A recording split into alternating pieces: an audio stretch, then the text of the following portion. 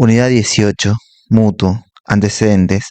El Código Civil de Vélez reguló dos tipos de préstamos, el mutuo y el comodato. La diferencia estaba en la naturaleza de la cosa que se presta, esquema que se mantiene actualmente en el Código Civil y Comercial, resaltando la diferencia entre el mutuo, que tiene como objeto cosas fungibles, y comodato, cosas no fungibles. El mutuo fue entendido en el Código de Vélez como un contrato real, que solo se perfeccionaba con la entrega de la cosa. Pero si el mutuo era comercial, muchos autores afirmaban que el contrato era consensual, pues se perfeccionaba con el mero consentimiento de las partes. Concepto. Hay contrato de mutuo cuando el mutuante se compromete a entregar al mutuario en propiedad una determinada cantidad de cosas fungibles y éste se obliga a devolver igual cantidad de cosas de la misma calidad y especie. Si en el contrato se estipulaba la devolución de cosa distinta, ya no se puede considerar que estamos frente a un contrato de mutuo, sino de permuta o compraventa. Pero el compromiso de devolver la cantidad mayor o menor que la recibida no va a desnaturalizar el contrato mutuo. Elementos tipificantes. Compromiso de entregar una cantidad de cosas fungible. Transferencia en propiedad de las cosas. Obligación de restituir igual cantidad de cosas de la misma especie y calidad. Plazo para la restitución. Si nada se ha estipulado acerca del plazo y lugar para la restitución de los prestados, el mutuario debe restituirlo dentro de los 10 días de requerido el mutuante, excepto de lo que surja de los usos. Caracteres. Consensual. Se perfecciona con el consentimiento de los intervinientes. Bilateral. Las partes se obligan recíprocamente la una hacia la otra. Una se compromete a entregar determinada cantidad de cosas fungibles y la otra a reintegrar igual cantidad de cosas de igual especie y calidad. Oneroso. Las ventajas que le procura a una de las partes le son concedidas en función de una prestación que la otra ha hecho o se obliga a hacer. Sin embargo, la norma citada admite que sea gratuito si así lo hubieran convenido los contratantes. Nominado. Está regulado por la ley. Comparación con otros contratos. Mutuo versus comodato. La diferencia está en la cosa prestada. Mientras que en el mutuo la cosa debe ser necesariamente fungible, en el comodato debe ser no fungible. En el mutuo hay transferencia de la cosa y en el comodato no. Mutuo versus locación. Si bien ambos contratos se aproximan porque se presentan como compromiso de entregar una cosa con facultad de usarla a cambio de un precio en dinero, la diferencia reside en la naturaleza de la cosa sobre la cual recae el contrato. Las cosas fungibles, en principio, no pueden ser dadas en locación, mientras que en el mutuo solo recae cosas fungibles. Promesa de mutuo. Con anterioridad al Código Civil y Comercial, la promesa de un préstamo gratuito no daba acción alguna contra el promitente, lo que se veía razonable, atento a que se trataba solo de la promesa de una liberalidad. En cuanto a la promesa onerosa no cumplida, ella no daba acción al mutuario a reclamar el cumplimiento del contrato, sino solamente a demandar los daños. La doctrina moderna, sin embargo, se inclinaba a reconocer a la promesa de mutuo todos los efectos propios de los contratos y particularmente, como dice Vitolo, el de reclamar su cumplimiento. Dado que en el Código Civil y Comercial el mutuo se ha convertido en un contrato consensual, no podemos hablar de promesa de mutuo como ocurría antes, pues hoy ella se confunde con el contrato mismo que genera la obligación de entregar la cosa comprometida. No obstante, nada impide que la promesa se instrumente a través de la promesa de celebrar un contrato, en cuyo caso el futuro contrato prometido debe contener todos los elementos esenciales que identifiquen el mutuo. Forma y prueba. El mutuo no requiere formalidad alguna, dado que las normas particulares de este contrato no indican ninguna forma específica en la celebración del acuerdo. Podrá ser contratado incluso verbalmente. Regirán entonces el principio de libertad de formas. Si se trata de un mutuo para el consumo, el contrato debe ser celebrado por escrito y expresa bajo pena de nulidad. La descripción del bien o servicio, objeto de la compra o contratación para los casos de adquisición de bienes y servicios. El precio al contado solo para los casos de operaciones de crédito para adquisición de bienes y servicios, el importe a desembolsar inicialmente y el monto financiado, la tasa de interés efectiva anual, la cantidad, periodicidad de los montos a pagar. En lo que atañe a la prueba, será válido cualquier medio de prueba apto para llegar a una razonable convicción sobre la existencia del mutuo. Entendemos que la sola entrega del dinero, aun cuando pudiera ser por sí una presunción importante o un indicio relevante, no será suficiente para la plena prueba del contrato. La existencia de un principio de prueba instrumental que haga verosímil la existencia del contrato habilitará la prueba del contrato de mutuo por medio de testigos y aún mismo por medio de presunciones. Obligaciones del mutuante. Obligación de entregar la cantidad prometida. La obligación principal del mutuante es entregar la cantidad de cosas prometidas en el contrato al mutuario en el tiempo y lugar convenido. Si nada se ha pactado al respecto, será siempre requerimiento del mutuario al mutuante. En el supuesto en que el mutuante no entregue la cantidad prometida en el plazo pactado o en su defecto ante el simple requerimiento, el mutuario puede exigir cumplimiento o la resolución del contrato. Excepción a la obligación de entrega, el mutuante no entrega la cantidad prometida si con posterioridad al contrato un cambio en la situación del mutuario hace incierta la restitución. Como única excepción que habilita al mutuante a incumplir con la entrega de las cosas prometidas, establece el supuesto que, con posterioridad al contrato, un cambio en la situación del mutuario hace incierta la restitución. Obligaciones del mutuario. Obligación de pagar los intereses. El artículo 1527 en su primer párrafo establece: el mutuo es oneroso excepto pacto en contrario. La gratuidad solo resultará de la existencia de un pacto. El régimen impone al mutuario la obligación de pagar intereses como contraprestación del préstamo recibido. El código adopta soluciones diferentes según el préstamo sea dinerario o no. Siguiendo con el artículo, en su segundo párrafo dice: si el mutuo es en dinero, el mutuario debe los intereses compensatorios que se deben pagar en la misma moneda prestada. Si el mutuo tiene por objeto otra especie de cosas fungibles, los intereses son liquidados en dinero, tomando en consideración el precio de la cantidad de cosas prestadas en el lugar en que debe efectuarse el pago de los accesorios, el día del comienzo del periodo, excepto pacto en contrario. En este supuesto, la determinación de los intereses a pagar exige valuar los bienes siguiendo las pautas supletorias que la norma proporciona o las que surjan del contrato. El artículo 1527, en su párrafo 4, contiene reglas supletorias.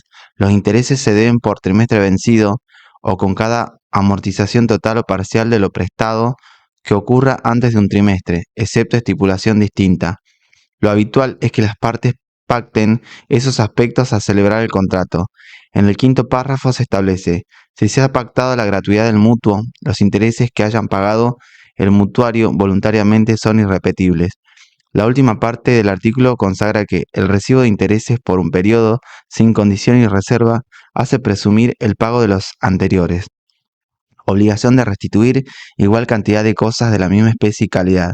La obligación de restituir que grava al mutuario surge del artículo 1525, que proporciona la definición legal del contrato de mutuo. En doctrina se dice que la restitución es del tantendem, es decir, igual cantidad de cosas de la misma especie y calidad, pues no se devuelven las mismas cosas recibidas sino su equivalente. El tiempo y lugar de cumplimiento de esa obligación ha de estarse a lo acordado por las partes. El artículo 1528 consagra: si nada se ha estipulado acerca del plazo y lugar para la restitución de lo prestado, el mutuario debe restituirlo dentro de los 10 días de requerido el mutuante, excepto lo que surja de los usos y en el lugar establecido en el artículo 874, es decir, que primero deberá atenderse a las prácticas que puedan surgir de los usos y si no existieren, el mutuante debe requerir la devolución, operando el vencimiento 10 días después del requerimiento. El lugar de restitución se sujeta a las previsiones contractuales.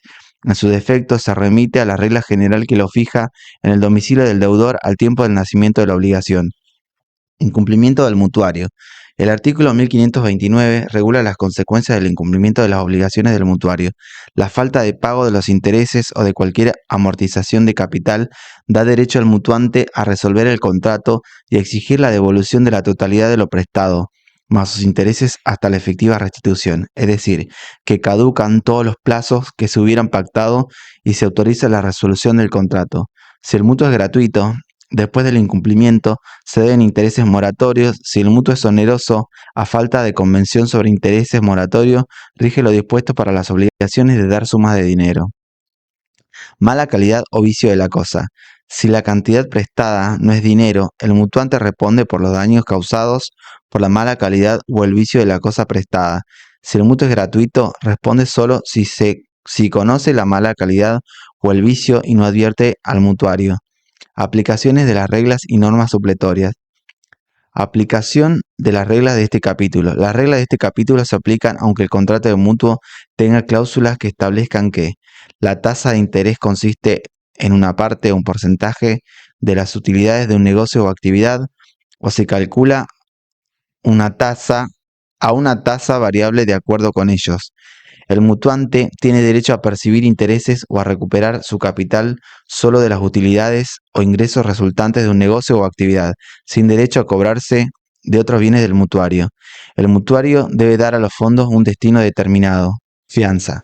Concepto y caracteres. Hay contrato de fianza cuando una persona se obliga accesoriamente por otra a satisfacer una prestación para el caso de incumplimiento. Se necesita el acuerdo de voluntades entre el fiador y el acreedor, cuyo crédito es garantizado. No se requiere, en cambio, el consentimiento del deudor afianzado, porque la relación obligatoria se establece entre el fiador y el acreedor. Caracteres. Unilateral y gratuito, ya que solo se crea obligaciones para el fiador. Accesorio. Supone la existencia de una obligación principal a la cual se subordina la de fiador. Genera una obligación subsidiaria, consensual. Debe haber acuerdo de voluntades. Formal. Debe ser por escrito. Nominado. Está expresamente regulado por la ley. Aleatorio. El fiador no sabe a ciencia cierta al contratar si tendrá que afrontar o no la pérdida. Comparación con otros institutos jurídicos. Con las cartas de recomendación o patrocinio. Dice el Código Civil y Comercial, las cartas denominadas de recomendación, patrocinio o de otra manera por las que se asegure la solvencia, probidad u otro hecho relativo a quien procura créditos o una contratación, no obligan a su otorgante, excepto que hayan sido dadas de mala fe o con negligencia, supuesto en que debe indemnizar los daños sufridos por aquel que da crédito o contrata confiado en tales manifestaciones. Compromiso de mantener una determinada situación. El compromiso de mantener o generar una determinada situación de hecho o de derecho no es considerado fianza, pero su incumplimiento genera responsabilidad del obligado, con las garantías unilaterales. Constituyen una declaración unilateral de voluntad y están regidas por las disposiciones de este capítulo las llamadas garantías de cumplimiento a primera demanda, a primer requerimiento y aquellas en que de cualquier otra manera se establece que el emisor garantiza el cumplimiento de las obligaciones de otro y se obliga a pagarlas, o a pagar una suma de dinero u otra prestación determinada, independientemente de las excepciones o defensas que el ordenante puede tener aunque mantenga el derecho de repetición contra el beneficiario, el ordenante o ambos. El pago faculta la promoción de las acciones recursorias correspondientes. En caso de fraude o abuso manifiesto del beneficiario que surjan de prueba instrumental u otra de fácil y rápido examen, el garante o el ordenante puede requerir que el juez fije una caución adecuada que el beneficiario debe satisfacer antes del cobro. Diversas clases de fianza. Fianza simple. Se caracteriza porque el fiador goza de todos los beneficios y además de los beneficios de exclusión de los bienes del deudor y de división de la deuda si son varios los fiadores. El beneficio de exclusión puede establecer que primero se vaya por el deudor principal. El beneficio de división. Cuando hay más de un fiador, cada uno va a responder por su parte y en el caso que a uno se le exige la totalidad, opone este beneficio y paga su parte.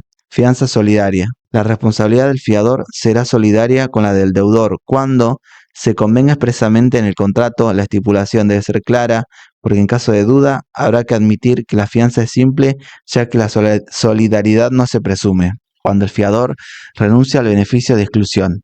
En ambos casos, el acreedor tiene derecho a ejecutar directamente al fiador y por el total de la deuda, sin discutir los bienes del deudor en forma previa.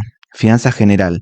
Es válida la fianza general que comprenda obligaciones actuales o futuras, incluso indeterminadas. En todos los casos debe precisarse el monto máximo al cual se obliga el fiador. Esta fianza no se extiende a las nuevas obligaciones contraídas por el afianzado después de los 5 años de otorgada.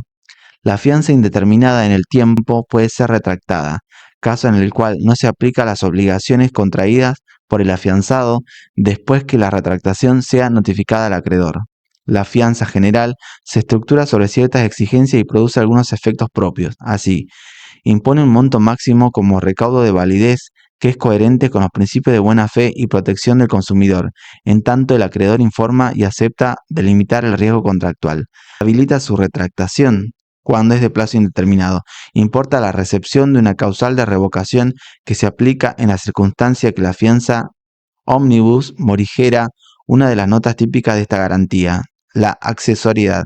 La revocación opera desde que es notificada al acreedor, a fin de dejar a salvo los derechos ya nacidos a favor del co-contratante y de los terceros. Dispone su caducidad transcurridos 5 años desde que fuera otorgada y por tanto no se extiende a las nuevas obligaciones contraídas por el afianzado luego de ese término. De esta manera se extingue si se constituye en garantía de obligaciones mutuas futuras y éstas no han nacido. Se comparte el criterio de ver allí exigencias imperativas que no pueden ser dejadas de lado por pacto en contrario. Fianzas judiciales. Si bien el Código Civil y Comercial no regula este tipo de fianza, dispone que el fiador no puede invocar el beneficio de exclusión si la fianza es judicial, lo que implica que sigue existiendo. Más allá de cómo se constituye este tipo de fianza, el fiador es siempre voluntario. La ley no exige jamás que alguien preste su propia fianza contra su voluntad. La exigencia se refiere al deudor, a quien se le impone el ofrecimiento de un fiador que se presta voluntariamente a servir de garantía y cuya aceptación corresponde al juez, no al acreedor. Obligaciones que pueden ser afianzadas. Pueden ser afianzadas toda obligación actual o futura, incluso la de otro fiador. Extensión. Excepto pacto en contrario, la fianza comprende los accesorios de la obligación principal y los gastos que razonablemente demande su cobro, incluidas las costas judiciales. Si concierne a una obligación dineraria, la naturaleza accesoria de los intereses se va a considerar que el pago no resulta íntegro si no los comprende. Artículo 870. Lo mismo se predica respecto de los gastos que demande su cobro, incluidos los causídicos. El artículo deja salvo que las partes convengan un pacto en contrario. Nulidad o inexistencia de la obligación principal. Una vez dada la nulidad o la inexistencia de la obligación principal y siendo la fianza una convención accesoria subordinada al contrato principal, esta queda sin efecto alguno, ya que el Código Civil y Comercial ha consagrado la regla de que lo accesorio sigue la suerte de lo principal. Forma y prueba de la fianza. El Código Civil y Comercial dice que la fianza debe convenirse por escrito, pero no se aclara si se trata de una forma solemne o probatoria, descartando que se trate de una forma solemne absoluta, puesto que la ley no impone una forma inexorablemente deba ser cumplida bajo pena de nulidad. La duda se plantea entre considerar la forma escrita como una forma solemne relativa o una forma probatoria. Borda se inclina por considerar a la forma escrita como forma solemne relativa, que impide considerar el contrato de fianza hasta que no otorgue el instrumento escrito. Ello, pues de lo que se trata es proteger a una persona, a quien se la califica como fiadora, sin que exista un contrato firmado que así lo acredite. Si la fianza garantiza una obligación instrumentada en una escritura pública, la fianza también debe ser formalizada de la misma manera. Efecto entre las partes en la fianza. Beneficio de exclusión. El beneficio de exclusión es el derecho que goza el fiador de exigir al acreedor que escuta o ejecute los bienes del deudor antes de que agreda sus propios bienes. Se trata de una excepción dilatoria, pues si bien el acreedor puede reclamar directamente al fiador el cumplimiento de la obligación principal, se expone a que éste le oponga el beneficio de exclusión y de esa forma paralice su pretensión hasta que ejecute de manera efectiva la totalidad de los bienes del deudor principal. Su validez está condicionada a que sea puesta en tiempo oportuno, esto es, en el plazo que los códigos procesales fijen para oponer tales excepciones o cuanto más al momento de contestar la demanda. Si el fiador no la opone en tiempo oportuno, habrá perdido el derecho de hacerlo en el futuro. El acreedor no puede negarse a percibir un pago parcial del deudor como consecuencia de la ejecución de sus bienes y solo podrá demandar al fiador por el saldo. Supuesto de deudores principales solidarios.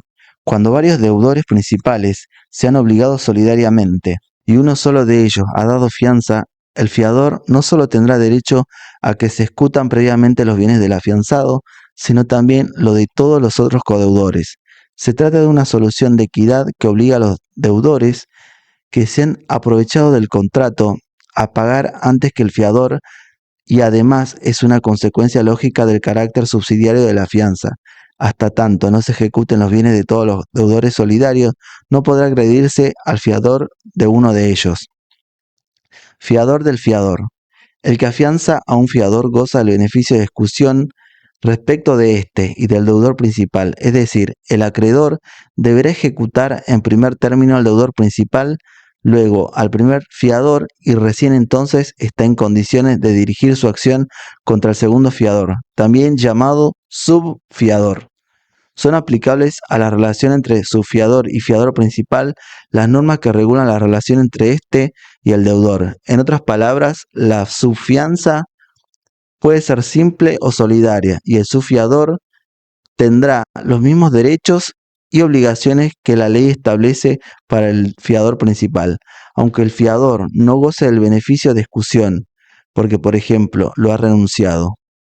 No hay obstáculo alguno para que lo tenga el subfiador. Es que ambos contratos de fianza se celebran con el acreedor principal y éste siempre conserva el derecho a otorgar ventajas al subfiador que no le hubiera dado al fiador, caso en que el fiador carece del beneficio de exclusión. El fiador no puede invocar el beneficio de exclusión si el deudor principal se ha presentado en concurso preventivo o ha sido declarada su quiebra. La quiebra implica por sí misma que el pasivo del deudor es superior a su activo, y el efecto principal que trae aparejado el decreto de quiebra es el desapoderamiento de todos los bienes del deudor, pasando todos ellos a integrar la masa de la quiebra y quedando en manos de los acreedores.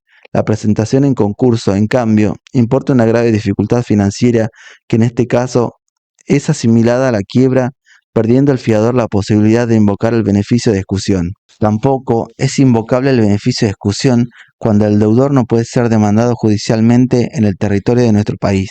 El fundamento está dado en las enormes dificultades que tendría el acreedor para cobrar su crédito.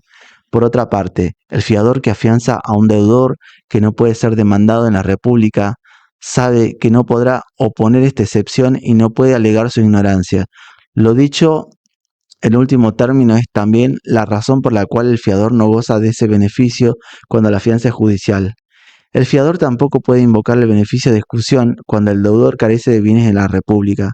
Aunque el artículo 1584 no lo menciona expresamente, el beneficio de exclusión no es invocable cuando se trate de fianzas solidarias y principal pagador. Ello es así porque el artículo 1590 considera fianza solidaria aquella en la que se ha renunciado al beneficio de exclusión. Por lo tanto, no puede haber fianza solidaria que mantenga vivo ese derecho. En cuanto al principal pagador, el artículo 1591 lo considera un deudor solidario y estos no tienen la facultad de oponer el beneficio de exclusión. Beneficio de división. Si hay más de un fiador, cada uno responde por la cuota a que sea obligado. Si nada se ha estipulado, responden por partes iguales. El beneficio de división es renunciable. El beneficio de división es el derecho que cada fiador tiene a pagar solamente la parte proporcional de la deuda en caso de incumplimiento del afianzado.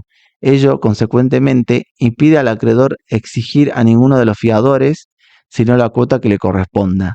Los fiadores contraen, por lo tanto, una obligación simplemente mancomunada. La insolvencia de alguno de los cofiadores será soportada por el acreedor. Por el contrario, cuando los fiadores han renunciado al beneficio de división, la insolvencia de un cofiador perjudica directamente a los restantes fiadores, quienes deberán cubrir la deuda en forma completa. Claro está que el fiador que ha pagado tiene acción de regreso contra los demás por la respectiva porción, y si uno de ellos es insolvente, la parte del insolvente deberá repartirse entre todos los cofiadores, incluso el que ha pagado. Asimismo, la norma presume iuris tantum que la división de la deuda entre los fiadores es por partes iguales. Si se pretende dividir la deuda entre ellos en diferentes proporciones, hay que establecerlo expresamente. La solidaridad solamente es tenida en cuenta con relación al beneficio de exclusión, Y es correcto, la solidaridad existe solamente si así se ha convenido o si el fiador ha renunciado al beneficio de discusión. Entre los fiadores puede haber o no solidaridad, y se aplicarán entre ellos las reglas de las obligaciones simplemente mancomunadas o solidarias, según sea el caso. Excepciones que puede oponer el fiador. El fiador puede oponer todas las excepciones y defensas propias y las que correspondan al deudor principal, aun cuando éste las haya renunciado. Es que el hecho de que el deudor renuncie a invocar una excepción o defensa propia no puede obstar a que el fiador haga valer tal excepción o defensa, pues resulta inadmisible que el deudor principal empeore la situación del fiador. El fiador podrá invocar, por lo tanto, cualquier causa de liberación o de nulidad, o rescisión de la obligación que hubiere sido renunciada por el deudor. La única excepción a la regla de que el fiador puede oponer al acreedor todas las excepciones que personalmente tenga o las que tenga su deudor afianzado está dada por la incapacidad del deudor, que no puede ser invocada por el fiador para excusar su responsabilidad, tal como lo dispone el artículo 1576. Intervención en el juicio entre acreedor y deudor. Es necesario asegurar al fiador sus derechos, a oponer las excepciones que corresponden al deudor y a controlar la forma en que el deudor se defiende en el pleito. El fiador puede ser demandado junto con el deudor o citado como tercero. En ambos casos deberá poner todas las excepciones que tenga, pues la consecuencia del juicio será, en el primer caso, que la sentencia tendrá los efectos de la cosa juzgada contra él, y en el segundo caso, que no podrá oponer en una posterior acción la defensa que omitió deducir en esta. La intervención del fiador se justifica en el hecho de que, si bien como regla su responsabilidad es subsidiaria, configurados que sean los presupuestos de ejecución contra el deudor, se evidencia que el acreedor puede agredir tanto a aquel como al fiador. Pero si el fiador no ha sido demandado ni citado como tercero en el proceso iniciado contra el deudor, tendrá derecho a oponer todas las excepciones personales o de su deudor afianzado en el juicio posterior que contra él inicie el acreedor, pues la sentencia dictada en aquel proceso le es inoponible. Subsistencia del plazo otorgado al deudor. El artículo 1586 establece que el fiador cuenta con todo el plazo otorgado al deudor principal para cumplir con la obligación, aun en el caso de que éste se hubiera presentado en concurso preventivo o se hubiese decretado su quiebra. Si se quiere eludir esta disposición, el acreedor deberá convenirlo de manera expresa. La norma apunta al contrato de tracto sucesivo, pues si fuese de cumplimiento instantáneo, el incumplimiento del deudor acarrea la exigibilidad inmediata y plena de la deuda al propio deudor y consiguientemente al fiador. Pero cuando se trata de un contrato de tracto sucesivo, el incumplimiento parcial del deudor, el de una cuota, por ejemplo, no faculta al acreedor a cobrar toda la deuda al fiador, sino que éste podrá cumplir la obligación de la manera convenida, a menos que se hubiera acordado lo contrario de manera expresa. Conviene insistir, si se quiere exigir al fiador el pago íntegro de la deuda que ha sido convenida como de tracto sucesivo, cuando el deudor ha incumplido, es necesario pactarlo de manera expresa o establecer la caducidad de los plazos. Efectos entre el fiador y el deudor. En principio, las obligaciones del deudor para con el fiador comienzan recién cuando éste ha pagado su deuda y él debe reintegrarle lo pagado. Pero el artículo 1594 confiere al fiador el derecho a obtener el embargo de los bienes del deudor u otras garantías suficientes, como serían la traba de medidas cautelares. Cuando se le demanda judicialmente el pago al fiador, cuando vencida la obligación el deudor no la cumple, cuando el deudor sea obligado a liberarlo en un tiempo determinado y no lo hace, cuando han transcurrido 5 años desde el otorgamiento de la fianza, excepto que la obligación afianzada tenga un plazo más extenso. Vencido el plazo indicado, el fiador puede trabar embargo sobre los bienes del deudor, excepto que la obligación afianzada tenga un plazo más extenso, sea implícito. Como ocurre con la fianza dada en garantía de las obligaciones del autor, que se extiende hasta el fin de la tutela. Cuando el deudor asume riesgos distintos a los propios del giro de sus necesidades, disipa sus bienes o los da en seguridad de otras operaciones. Cuando el deudor pretende ausentarse del país sin dejar bienes suficientes para el pago de la deuda afianzada. Para concluir, cabe señalar que el derecho a pedir el embargo de bienes o la constitución de estas garantías no podrá ejercerse cuando el fiador se obligó en contra de la voluntad del deudor, pues si así lo hizo, deberá cargar con las consecuencias gravosas de su actividad voluntaria, subrogación en los derechos del acreedor. El fiador que cumple con su prestación queda subrogado en los derechos del acreedor y puede exigir el reembolso de lo que ha pagado, con sus intereses desde el día que pagó y los daños que haya sufrido como consecuencia de la fianza.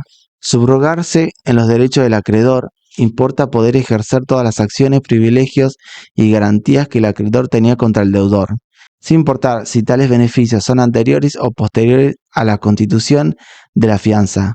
El derecho del fiador existe aun en el caso de que se hubiese obligado o hubiera pagado en contra de la voluntad del deudor. Es importante resaltar que el derecho principal del fiador es a subrogarse en el derecho del acreedor para recuperar lo efectivamente pagado. Esto significa que si el fiador ha transigido con el acreedor por una suma menor que la realmente adeudada, su derecho se limita a lo pagado y no podrá, por tanto, pretender cobrar la deuda originalmente contraída por el deudor. Pasando a la acción de reembolso, ya se ha dicho que el fiador puede reclamar no solo lo pagado, sino también los intereses legales desde el día de pago, es decir, sin necesidad de interpelación, porque la mora se produce ipso iure, y la indemnización de todos los perjuicios que hubiere sufrido con motivo de la fianza. Esto incluye el reclamo por el daño moral sufrido. Aunque la norma no lo diga de manera expresa, si el fiador ha pagado anticipadamente la obligación, solo podrá reclamarle al deudor después de que venza el plazo originariamente pactado, y parece razonable que los intereses legales sean debidos a partir de la fecha de vencimiento y no del momento del pago, pues el apuro del fiador en pagar no puede convertirse en un perjuicio para el deudor. Efecto entre los cofiadores. Resulta necesario diferenciar el supuesto en el cual el negocio se garantiza mediante una pluralidad de fianzas dependientes de aquel otro donde es posible reconocer un vínculo entre los garantes. La distinción es, en el primer caso, cada fiador responderá como garante único y su obligación no quedará condicionada por las vicisitudes de las otras garantías. Para que se configure una confianza deben concurrir los siguientes requisitos: asunción conjunta de la fianza por todos los confiadores, existencia de un negocio constitutivo o de varios. Como regla general, si hay más de un fiador, cada uno responde por la cuota a que sea obligado, codeudores mancomunados. Si nada se ha estipulado, responden por partes iguales. El beneficio de división es renunciable. Frente al pago total realizado por el cofiador, cabe la subrogación en todos los derechos, acciones, privilegios y garantías del acreedor contra los demás fiadores, para cobrar cada uno la parte que le corresponde. El artículo 1595 dispone que la pérdida será soportada por los restantes cofiadores, incluso el que realiza el pago, lo que coincide con la regla de los obligados solidarios. Por ello, un sector de nuestra doctrina entiende que, en tal caso, el fiador que pagó de más asume el riesgo de la insolvencia. Extinción de la fianza, por vía principal, por vía de consecuencia. La fianza puede extinguirse. Vía directa. Incide exclusivamente sobre la obligación accesoria. Artículo 1596. Vía de consecuencia, afectando a la obligación principal y por derivación necesaria a la garantía. El Código Civil y Comercial refiere a dos supuestos: novación, 1597, y dación en pago, 1598. Para los demás casos, resultan aplicables las reglas generales. Extinción por vía de consecuencia. Extinguida la obligación principal por cualquiera de los medios legales, queda también extinguida la fianza, puesto que, siendo una obligación accesoria, sigue la suerte de la principal. Algunos medios de extinción requieren explicaciones. Pago. El pago de la obligación extingue la fianza siempre que sea hecho por el deudor. Si en cambio ha sido hecho por un tercero que sea subrogado en los derechos del acreedor, la fianza subsiste. Prescripción. La prescripción no extingue la deuda sino la acción. Cuando se ha afianzado el pago de una obligación civil que luego el acreedor deja de prescribir por inercia, el fiador podrá oponer la prescripción, puesto que tiene a su disposición todas las excepciones y defensas de que puede valerse el deudor principal, incluso cuando éste la hubiera renunciado. Remisión de la deuda. La remisión de la deuda, esto es, la entrega voluntaria que el acreedor hace al deudor del documento donde consta la deuda, artículo 950, produce los efectos del pago, artículo 952, por lo tanto, extingue la obligación principal, artículo 880, y las obligaciones accesorias como la fianza que se hubieran constituido. Sin embargo, si el fiador hubiese pagado al acreedor una parte de la deuda para lograr su liberación y luego el acreedor hubiera hecho remisión al deudor, el fiador no tendrá derecho a repetir lo pagado. Artículo 953. Compensación. El deudor principal puede oponer al acreedor la compensación de su deuda con la del crédito que él tenga contra el propio acreedor, pero no podrá oponer la compensación de su deuda con la que el acreedor tenga con su fiador. En cambio, el fiador puede oponer la compensación de lo que el acreedor le daba a él o al deudor principal. Artículo 925. Novación. La novación extingue la obligación principal y sus accesorios, pero el acreedor puede impedir la extinción de las garantías reales o personales que afectaban la anterior obligación. Se hace reserva expresa de ello. Artículo 940. Sin embargo, la extinción de la fianza por la novación de la deuda principal, conforme lo dispone el artículo 1597, es absoluta y no puede subsistir aunque se haya hecho esa reserva. Dación en pago y evicción. Cuando el acreedor acepta el pago de otra cosa que la debida, libera al deudor, pues la obligación se extingue. Artículo 942. Si luego la pierde por evicción, tendrá derecho a ser indemnizado por este, pero la obligación primitiva no revive, excepto pacto expreso y sin perjuicio de terceros. Artículo 943. En otras palabras, la aceptación de otra cosa por el acreedor ha provocado la novación de la deuda originaria y por ello el fiador, que es un tercero, queda definitivamente liberado aunque aquel pierda luego la cosa recibida. Por tal motivo, la evicción de lo que el acreedor ha recibido en pago del deudor no hace renacer la fianza. Artículo 1598. ¿Qué sucede si la dación en pago es hecha por el propio fiador y luego el acreedor pierde la cosa por evicción? El artículo 1598 es claro. La dación en pago que importa es la hecha por el deudor principal. Por ello, si el fiador ha hecho la dación en pago y luego la cosa se pierde por evicción, deberá indemnizar al acreedor. Extinción directa de la fianza. El Código Civil y Comercial en su artículo 1596 pone 4 causales principales. Se extingue la fianza cuando, por el hecho del acreedor, el fiador no puede subrogarse en las garantías reales o privilegios que accedían al crédito al tiempo de la constitución de la fianza. Esto significa que la fianza se extingue por el hecho, una acción, devolver la cosa prendada o una negligente omisión, no renovar la inscripción de la hipoteca del acreedor, que hace imposible la subrogación a sus derechos por parte del fiador. Es que si el fiador puede subrogarse en el derecho que el acreedor tenía contra el deudor, parece razonable concluir que si el acreedor ha puesto al fiador en caso de no poder subrogarse en sus acciones, el fiador queda liberado de la parte que hubiera podido obtener del deudor. Es importante que se traten de garantías o privilegios que existían al tiempo de obligarse el fiador, pues si la fianza ha sido dada con anterioridad a la existencia de tales derechos o privilegios, la pérdida imputable de ellos al acreedor no tiene incidencia en la fianza que subsiste. Se extingue la fianza si se prorroga el plazo para el cumplimiento de la obligación garantizada, sin consentimiento del fiador. La prórroga importa alongar la responsabilidad del fiador. Por ello, se requiere su conformidad para que la prórroga lo afecte. En caso contrario, se extingue la fianza. La fianza general se extingue si transcurre 5 años desde su otorgamiento en garantía de obligaciones futuras y éstas no han nacido. La norma está acotada a la fianza general prevista en el artículo 1578 e importa una limitación temporal importante que el Código hace en consideración a la amplitud de la garantía dada y las consecuencias económicas sobre el patrimonio del fiador. La fianza se extingue si el acreedor no inicia acción judicial contra el deudor dentro de los 60 días de requerido por el fiador o deja perimir la instancia. De esta manera, se limita el riesgo de la denominada prórroga tácita, esto es, cuando el acreedor se abstiene de demandar el cumplimiento de la obligación a su vencimiento, facultando al fiador a intimar al acreedor para que accione o impulse el procedimiento. Por lo tanto, basta que transcurran 60 días desde la intimación para que el incumplimiento del acreedor acarree la liberación del fiador, sin que se exija ningún otro recaudo más.